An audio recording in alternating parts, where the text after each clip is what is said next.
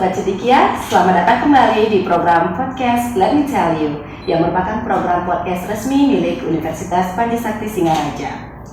Sobat Cendekia dimanapun berada, hari ini kita sudah kedatangan bintang tamu spesial juga ya. Beliau masih muda dan memiliki segudang aktivitas. Beliau saat ini menjabat sebagai Dekan Fakultas Keguruan dan Ilmu Pendidikan, yaitu Bapak Gede Danu Setiawan, SPD MPD. Halo Pak Danu, selamat siang. Selamat siang. Bagaimana kabarnya? Luar biasa. Luar biasa ya Pak ya. Terima kasih sudah hadir hari ini di acara podcast kita Pak.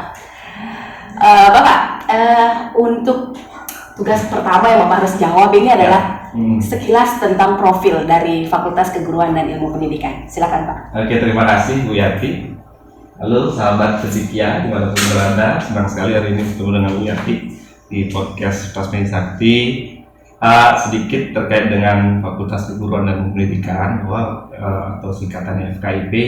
FKIP sebenarnya ini sudah lama adanya, gitu ya. Jadi sudah berdiri sejak Universitas Panji Sakti ini ada 1985. Cuma terjadilah beberapa dinamika, penyesuaian khususnya dari program studinya. Dulu FKIP ini memiliki beberapa jenis program studi, gitu ya. Ada ekonomi koperasi, ada pendidikan biologi, ada sejarah, dan juga yang lain-lainnya. Ya. Namun beriringan jalannya waktu, dilihat dari peminat juga dari masyarakat, sehingga ada satu program studi yang dulu namanya program studi psikologi bimbingan, tahun 2016 berubah menjadi program studi bimbingan dan konseling. Jadi dari tahun 2016 FKIP hanya memiliki satu program studi, yaitu program studi bimbingan dan konseling. Iya. Sampai saat ini ya Pak ya? Sampai saat ini. Prodinya masih bimbingan dan konseling ya. namanya ya. Baik, bagaimana dengan akreditasi Prodi BK ini Pak? Akreditasi Prodi BK sebenarnya ini sudah melaksanakan 2 kali akreditasi. Akreditasi pertama tahun 2014, akreditasi kedua kita kemarin di tahun 2019, lanjut ke tahun 2020 melakukan konversi dengan instrumen suplemen konversi akreditasi, sehingga saat ini akreditasi Prodi BK itu berada di akreditasi baik. Tapi ini menjadi pemacu buat kami di FKIP khususnya Prodi BK untuk terus meningkatkan akreditasi kita di tahun-tahun berikutnya. Baik, ini berkaitan dengan peningkatan akreditasi barusan Pak. Upaya realistis apa yang sudah atau mungkin sedang dilakukan dari Prodi BK ini untuk meningkatkan akreditasinya? Oke. Yang pertama, pasti kita tidak muluk-muluk. Yang pertama yang kita tingkatkan adalah jumlah mahasiswa. Itu menjadi PR yang luar biasa dari kami dari tahun ke tahun. Karena dari kuantitas jumlah mahasiswa juga akan bisa menggiring kegiatan-kegiatan bisa berlangsung. Itu juga pertama. Yang kedua adalah peningkatan kualitas dari layanan yang ada di fakultas. Ya, salah satunya dari dosen. Dosen kita dorong untuk bisa meningkatkan karirnya, khususnya di jenjang jabatan fungsionalnya.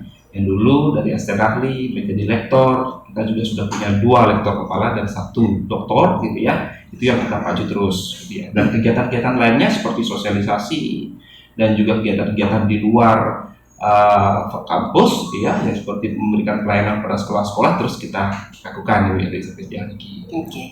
Kemudian efek atau dampak dari Bapak melakukan sosialisasi ke sekolah-sekolah itu bagaimana Pak? Ini berkaitan dengan animo masyarakat untuk kuliah di FKIP. Oke. Jadi kalau kita lihat dari satu indikator keberhasilan yaitu jumlah mahasiswa, kita bisa dibilang saat ini sudah mulai ada peningkatan. Yang dulu mahasiswa kita hanya ada 2 orang, lalu naik lagi menjadi 6 orang, naik lagi kemarin menjadi 8 orang, dan tahun ini Astronada kita memperoleh 16 orang. Ya, kita kalau kita lihat sudah ada peningkatan 50% dari jumlah mahasiswa.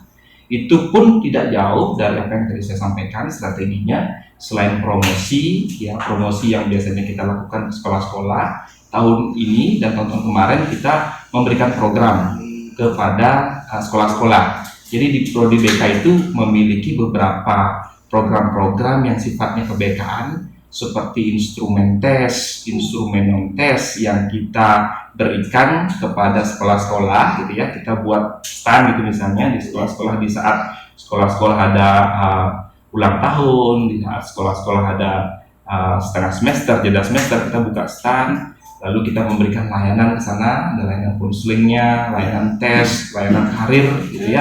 Sehingga yang kita punya sekarang adalah layanan tarot dan hipnoterapi. Nah, itu juga merupakan bagian dari promosi kami ke sekolah-sekolah. Nah, Stone Kader kedepannya juga kita akan terus berinovasi untuk bisa meningkatkan jumlah dari mahasiswa kita. Baik. Kemudian nih Pak, kita juga berbicara tentang strength atau kekuatan ya dari FKIP sendiri seperti apa, karena kita juga berdampingan dengan FKIP dari perguruan tinggi negeri ya ini Pak ya. Jadi kita rasanya perlu menyampaikan kepada sobat cendekia apa sih yang menjadi kekuatan dari FKIP di Univas, sehingga nggak salah loh nanti kalau sobat cendekia mau gabung di FKIP gitu ya. Oke, dengan sobat cendekia bisa saya sampaikan hari ini bahwa perbedaan dari program studi BK di Universitas Pandisakti dengan program studi BK di luar Universitas Pandisakti atau di PT yang lainnya, perguruan tinggi lainnya, yang pertama adalah dari luaran. Luaran ya. Luarannya kalau kami di prodi BK Universitas Pandisakti ada dua luaran. Yang pertama dia sebagai guru BK pastinya, karena core keilmuan kita adalah kebekaan, keguruan. Yang kedua adalah kebekaan di luar pendidikan. Ini yang menjadi hal yang berbeda mungkin dari program studi BK di luar perguruan tinggi lainnya gitu ya. Jadi layanan-layanan yang bimbingan dan konseling itu bisa diberikan kepada orang-orang di luar sekolah gitu ya. Nah, ini sudah bisa dibuktikan Bu Yati bahwa ada beberapa dosen kami yang juga menjadi praktisi bimbingan dan konseling gitu ya. Ada salah satu juga sudah membuka praktik di daerah Pemaron ya, itu membuka praktik terkait dengan hipnokonseling, hipnoterapi dan juga tarot, jadi kartu tarot. Jadi itu juga merupakan contoh gitu bahwa ilmu bimbingan konseling tidak hanya ada di sekolah saja, tapi semuanya juga bisa merasakan ilmu bimbingan dan konseling. Jadi itu yang bisa saya sampaikan bahwa perbedaan BK di Universitas Pandisakti dengan BK di prodi-prodi di PT yang lainnya. Oke, menarik sekali ya. Tadi ada tarot katanya. Mungkin nanti next time ya, nih kita akan bisa undang ilmu tarot ya atau taroter ya dari FKIP Univas. Baik Pak, kita lanjutkan ya. Adakah strategi atau inovasi khusus yang digunakan oleh FKIP khususnya prodi BK ini untuk meningkatkan minat masyarakat agar mau kuliah di BK Univas? Oke, jadi yang saya rasakan selama ini gitu ya, setelah berapa kali melakukan sosialisasi dengan teman-teman, bahwa BK di Universitas Pandisakti ini masih tidak terdengar, ya, tidak terdengar atau belum termasyarakatkan lah itu ya informasi terkait adakah BK di Univas, tidak ada gitu ya. Nah, ini yang sebenarnya masih ingin kita gaungkan lagi baik secara daring maupun secara luring. Yang pastinya yang paling saya tekankan adalah bagaimana prodi ini berdampak kepada masyarakat, tidak hanya sekolah tapi masyarakat luas gitu ya. Beberapa kegiatan-kegiatan yang sudah kita lakukan seperti Tridharma perguruan tinggi gitu ya, ada penelitian, lalu pengabdian kami yang tidak hanya menyasar ke sekolah saat ini. Ada juga sekolah-sekolah tidak secara umum, tapi ada yang ke SLB, ya. Terus juga pengabdian kita yang selama ini mungkin menyasar ke beberapa aspek saja, sekarang bisa lebih luas lagi. Nah, itu adalah salah satu cara kami untuk dapat mensosialisasikan keberadaan dan juga program-program yang ada di prodi bimbingan dan konseling ini. Hal-hal lainnya juga kita mendorong dosen-dosen untuk bisa berkegiatan di luar PT-nya, di luar kampus gitu ya, karena salah satu indikator kinerja utama yang dituntut oleh Kemdikbudristek adalah bagaimana dosen berkegiatan di luar kampus. Ya, betul. Nah, kebetulan juga kami di prodi BK ini hampir lebih dari 50% berarti yang berkegiatan di luar kampus. Nah, yang pertama adalah ada beberapa teman-teman yang menjadi fasilitator sekolah penggerak. Jadi menjadi fasilitator sekolah-sekolah yang dinobatkan menjadi sekolah penggerak. Itu selama 3 tahun mendampingi pengaplikasian dari kurikulum Merdeka di beberapa sekolah. Lalu ada satu dosen juga yang menjadi asesor PPG Prajabatan. Ya, asesor PPG Prajabatan. Jadi walaupun kita belum membuka prodi PPG dalam jabatan di Univas, tapi kita sudah punya asesor yang ini luar biasa menurut saya. Ya. Ada juga beberapa dosen-dosen, yaitu salah satunya doktor kami di FKIP itu menjadi narasumber di dinas-dinas di kabupaten maupun di dinas provinsi, di Kementerian Pendidikan maupun Kementerian Agama gitu. Lalu yang terbaru juga yang kita miliki sekarang dosen berkegiatan di luar kampus, ini ada satu dosen kami menjadi fasilitator gitu ya untuk pemberdayaan masyarakat di desa. Nah ini bagian-bagian bahwa salah satu strategi sebenarnya juga untuk bisa mensosialisasikan keberadaan prodi BK ini. Nah, selain juga memang dosen-dosen perlu mengaplikasikan ilmu-ilmunya yang dia miliki tidak hanya di lingkupnya di program studi maupun fakultas, tapi juga di luar program studinya. Ya intinya adalah KIP ingin berdampak lebih banyak sekarang bahasa. Wow, keren sekali ya. Saya dengar tadi, saya masih ingat bahwa FKIP ini dulu berdiri tahun 1985 ya Pak ya.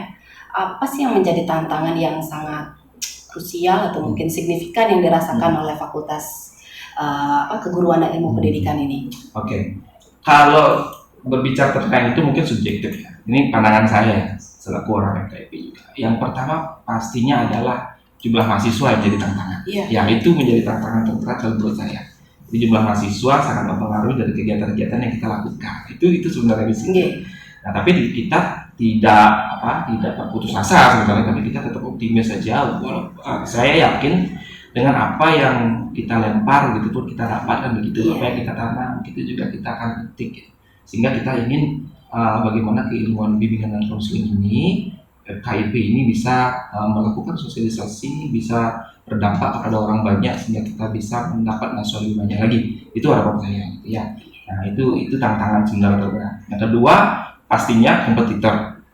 Kompetitor tidak bisa kita bilang tidak anggap remeh lah gitu ya. Satu hal kita ada program studi BK di Kabupaten Buleleng yang sama juga, sehingga istilahnya nih jualannya sama. Itulah strategi saya tadi, membuat nuansa BK untuk FKIP Universitas Sakti berbeda dengan PT-PT yang lainnya. Baik Pak, pertanyaan selanjutnya nih berkaitan dengan kompetensi dari tenaga pendidik dan kependidikan. Bagaimana upaya dari Fakultas Keguruan dan Ilmu Pendidikan dalam upayanya untuk mendorong peningkatan kualitas tenaga pendidik dan tenaga kependidikan? Oke. Untuk meningkatkan kualitas pastinya kita melihat kebutuhan kan gitu. Yang pertama kebutuhan kita terkait dengan jabatan fungsional ya.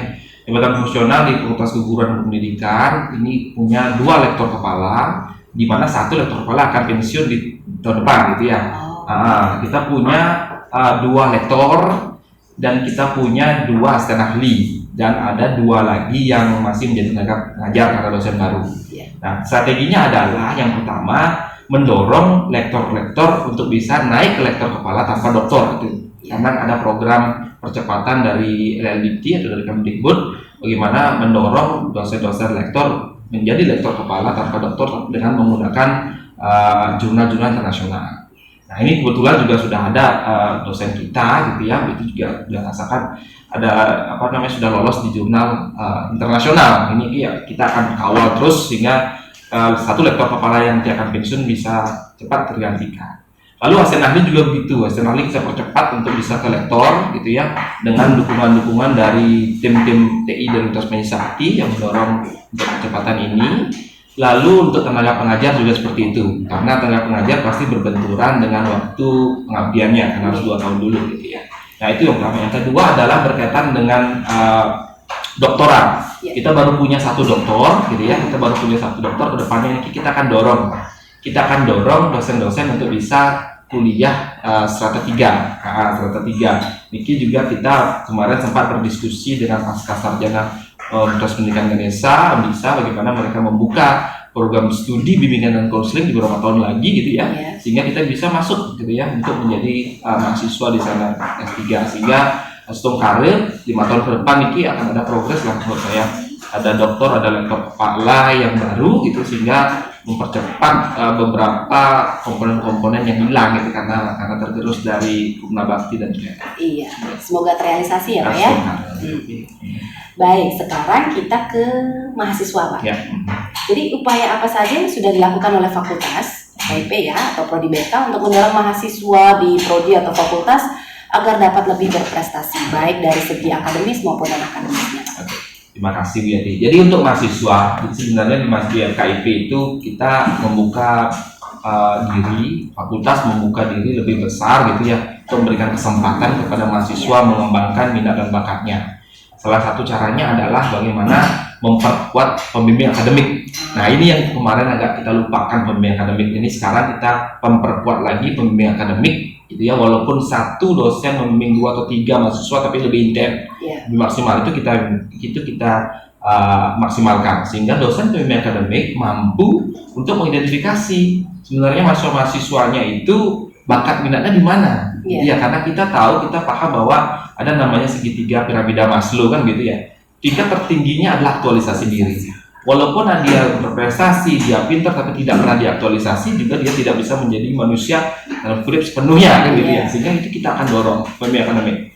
Yang kedua adalah organisasi kemahasiswaan, senat mahasiswa. Senat mahasiswa tahun ini dan tahun berikutnya juga kita akan dorong untuk berkegiatan lebih banyak lagi. Nah, ini syukurnya saya sangat bersyukur dengan Pak Rektor ini dianggarkan beberapa dana untuk kegiatan kemahasiswaan, sehingga mahasiswa bisa mengakses itu untuk berkegiatan gitu. Nah, itu yang ketiga adalah program-program kita ke depan memberikan kesempatan dalam rangka MBKM Bu Yati, dalam rangka Merdeka Belajar Kampus Merdeka, memberikan kesempatan mahasiswa untuk mengembangkan dirinya untuk berkuliah di prodi lain, ya, di prodi lain baik di dalam maupun di luar PT, gitu ya. Dan kegiatan-kegiatan lainnya MBKM yang sudah dimandatkan oleh Kemdikbud. Ya, itu yang kita akan dorong rencananya ke depan. Lalu hal lainnya berkaitan dengan mahasiswa Bu Yati, saya berpikir begini, bahwa mahasiswa untuk apa kuliah? Pasti ujung-ujungnya untuk bekerja kan begitu ya.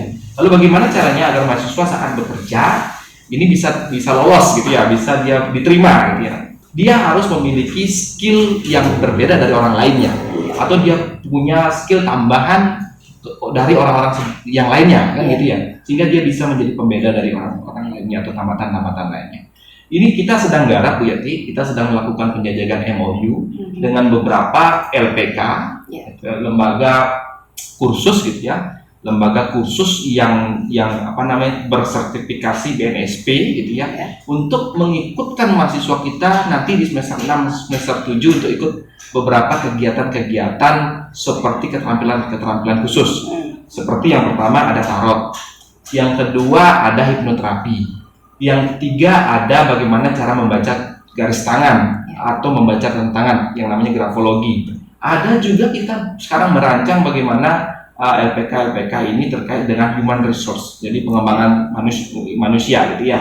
Sehingga kita berharap tamatan prodi BK FKIP Universitas Panji Sakti ini bisa berbeda dari tamatan-tamatan BK yang ketiga lainnya gitu ya. Sehingga dia punya ijazah, transkrip, ISK ya, dia punya dia punya sertifikat yang mengkhususkan kompetensinya gitu ya, sehingga dia untuk bisa melamar ke depannya bisa lebih mudah lagi. Nah, itu dia kita yang akan mencoba untuk menggarapnya. Tapi Bu Yati dan juga sahabat cendikia, perlu saya sampaikan, selama ini beberapa kali prodi BK menamatkan mahasiswa gitu ya, di research tadi kita hampir 90% langsung terserap. Ini perlu kita sampaikan juga gitu ya, langsung terserap. Karena apa? Strategi dari FKIP adalah menempatkan mahasiswa saat dia jadi mahasiswa di semester 7 saat PPL di sekolah-sekolah yang masih kekurangan guru BK. Itu strategi betul. Ya, sehingga apa? Saat nanti dia tamat menunjukkan keterampilan, kualifikasi yang baik gitu ya, sehingga dia bisa langsung menjadi guru di sana. Ini sudah terjadi Bu ya, di 2-3 tahun kebelakangan ini. Saya contohkan, yang satu di SMP Negeri 5 Singaraja. Ada satu alumni kita karena dulu PPL di sana. Yang kedua di SMP Negeri 4 Sawang, itu ada satu alumni kita di situ. Lalu juga kita punya alumni yang sekarang sudah jadi kepala sekolah, biar perlu saya sampaikan. Yang pertama di SMP Negeri 1 Singaraja, Pak Purna Yasir. Lalu ada di SMP Negeri 1 Seririt, Pak Armaji, itu alumni kita. Lalu SMK Pariwisata Triatma Jaya, Ibu Mira Paningrum, itu alumni kita di Prodi BK FKIP Universitas Sakti. Nah, itu berarti jadi kedepannya FKIP akan tetap optimis sehingga menjadi tagline kami itu berdampak. Iya. Wah, sebenarnya menarik sekali nih perbincangan dengan Bapak, tapi karena kita dibatasi oleh waktu nih Pak ya, jadi kita tutup saja episode kita kali ini. Saya ucapkan terima kasih atas kehadiran Pak Danu. Mudah-mudahan untuk episode selanjutnya Bapak bersedia untuk hadir kembali ya di sini ya Pak ya. Baik Sobat Cendikia, demikian tadi perbincangan yang cukup menarik ya dengan Dekan FKIP Universitas Panji Sakti. Semoga bincang-bincang kita kali ini memberikan gambaran bagi Sobat Cendikia, khususnya yang berencana untuk mengambil kuliah prodi bimbingan dan konseling di Universitas Panji Sakti. Sampai jumpa di episode podcast Let Me Tell You yang selanjutnya. Dan jangan lupa kunjungi website kami di www.unipas.ac.id untuk informasi lebih detail seputar Universitas Pandisakti. Demikian untuk episode kita kali ini. Salam Sakti.